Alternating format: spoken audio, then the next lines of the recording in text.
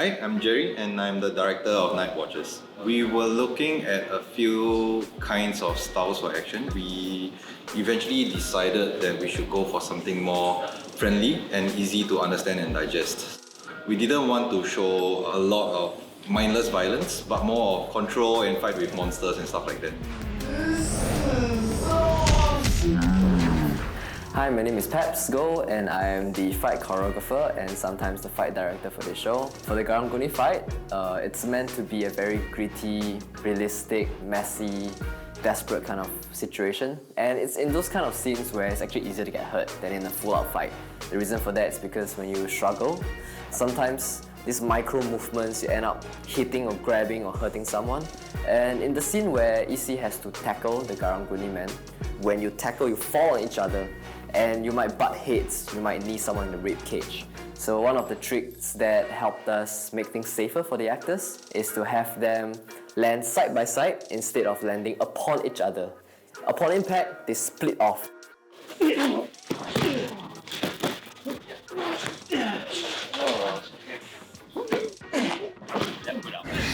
let it reach the switch! I'm trying! The training of acting sequence is fun. We split the choreography into 3 different components: the initial attack, the sequence, and the last bit. And it was my first time actually training with somebody else. And we both have to learn the sequence on the spot, figure out the coordination, and take note of where the camera angle is. We just had our rehearsal for the fight of episode 7 between the mom and the son, Jin. So today what we did is we basically try to iron down what are the shots and what pickup shots we need so that we can have a clearer shot list on the day itself of how long each one will take and roughly how much energies we expect from each performance. There is a progressive crawl in the fight narrative. The tricks that the mom performed onto Jin, eventually he learns the lessons and he performs it and out-strategizes the mother. I've always wanted to fight you. I don't! For David vs. Jin, we started to get more ambitious with the way that we move the camera. One of the things that I like to do is to let the camera be motivated by the movements of the performers. So if he gets thrown backwards, the camera will tilt.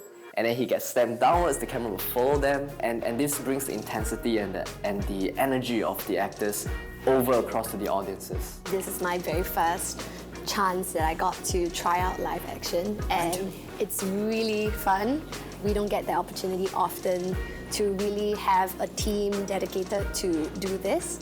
Typically when we do a jerk vest, a back pull, we will use a harness.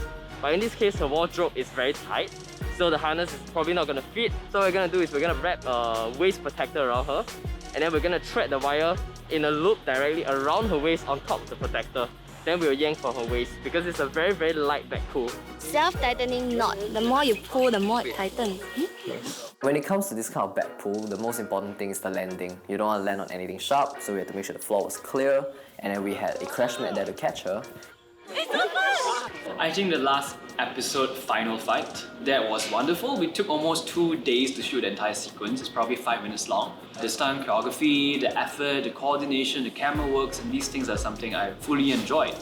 When it came to the final fight, we really wanted to do something special with it. So we included some of the long dolly shots, which is very dynamic, and it's actually really hard to coordinate because we have to match the movement of the dolly as well as the actor's choreography. We used a lot of stunt doubles for the actors, and particularly for EC. We never use stunt doubles purely for the fact that the actors can't do it. Many of them can, and they are more than willing to do it.